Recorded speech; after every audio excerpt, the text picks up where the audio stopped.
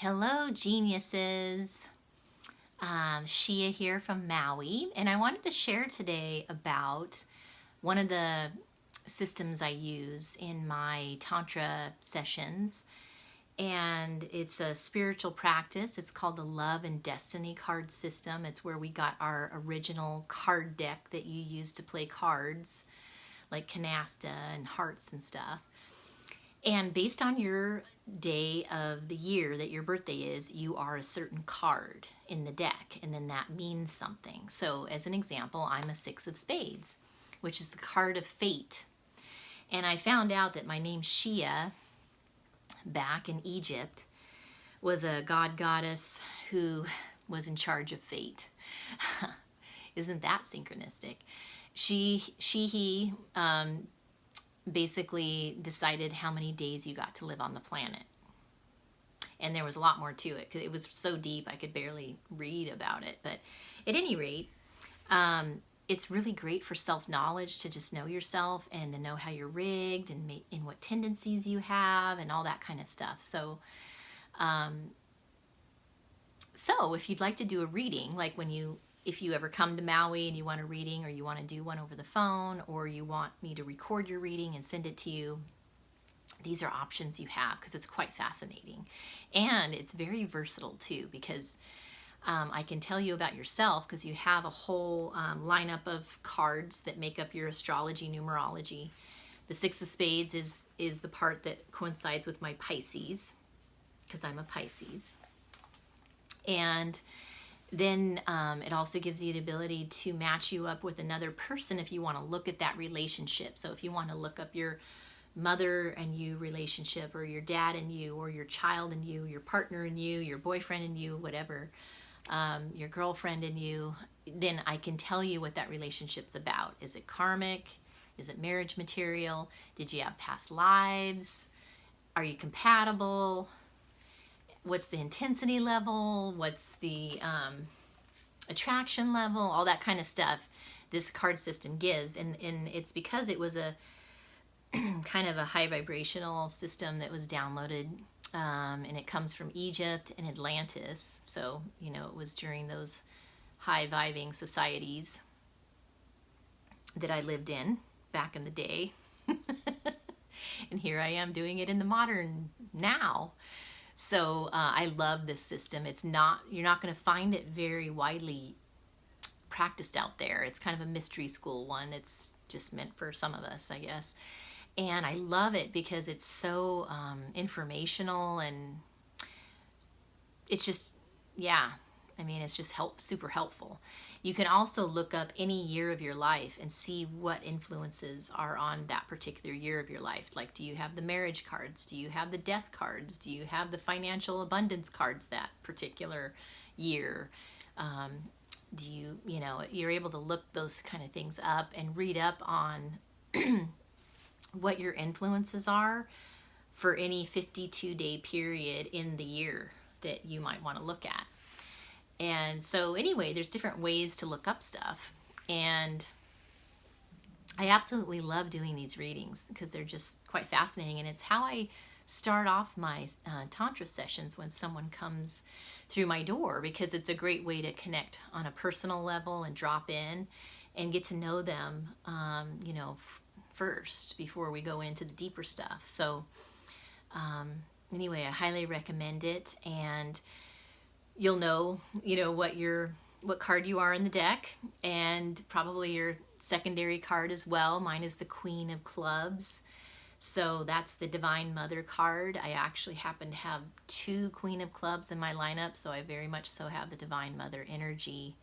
And that's a big part of what I provide, I guess, in this particular lifetime. And I also have the Queen of Hearts in my lineup, which, is sort of like the Aphrodite, Venus archetype.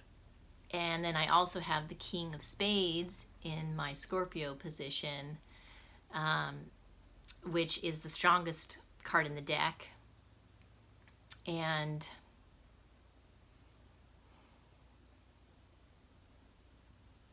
I guess what I'm going to say more about that is obviously if you have jacks, kings, and queens in your configuration, like I do,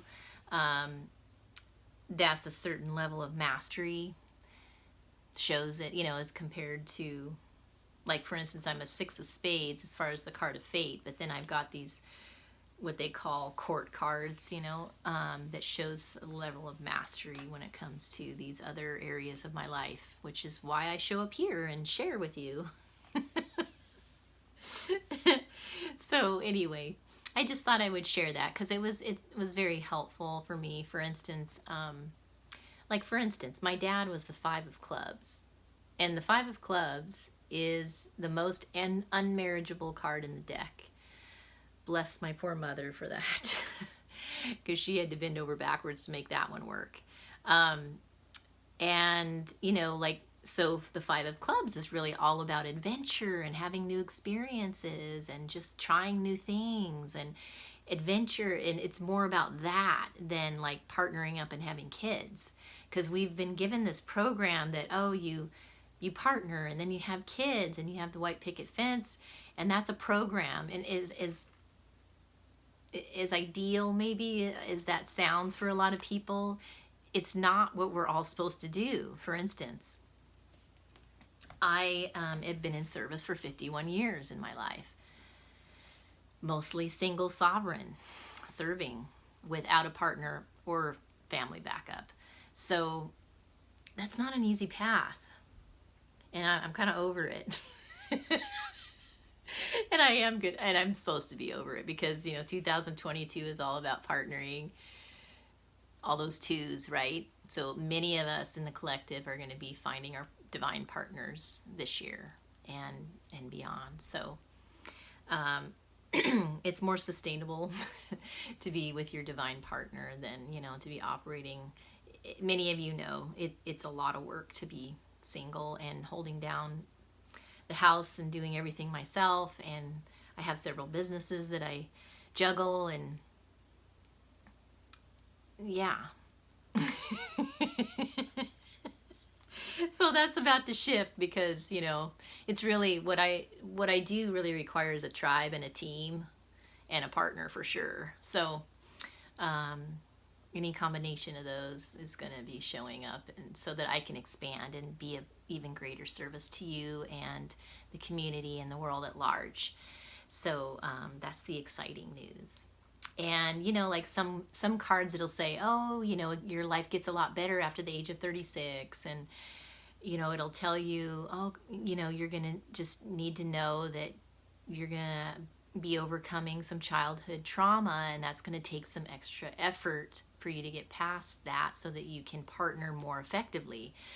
I'm trying to think of some of the other things it says.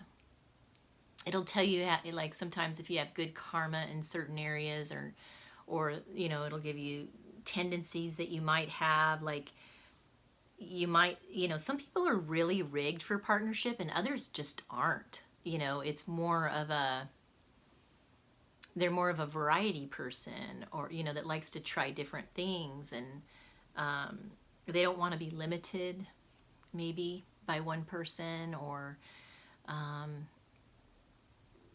even certain astrological signs like Aries and Libra are very much about partnership, whereas say Leo or is kind of a little bit more sovereign. It represents the lion. They know how to stand. Just the Leo energy by itself knows how to stand sovereign by itself. Not that they choose that. So when they choose to be partnered, it's by choice. It's not because they are needy or something. Yeah, I mean, like, there's pros and cons to everything, right? So no judgment, right? We all need to do what's right for our evolution at the time. And sometimes we're into partnering and sometimes we're not. And sometimes we want variety, and we actually learn from different people, and we get different codes from different people. And yeah, So anyway, it's fascinating to go into your cards because you have a lineup, there's a certain card in every planet of your astrological chart, and then your numerology also is embedded in there along with the tarot deck system. And we can kind of go as deep as you want to go with it all. And it can just, give you some direction and help you remember who you are and all that good stuff. So until next time, please donate if you're inspired, and I will look forward to our next date.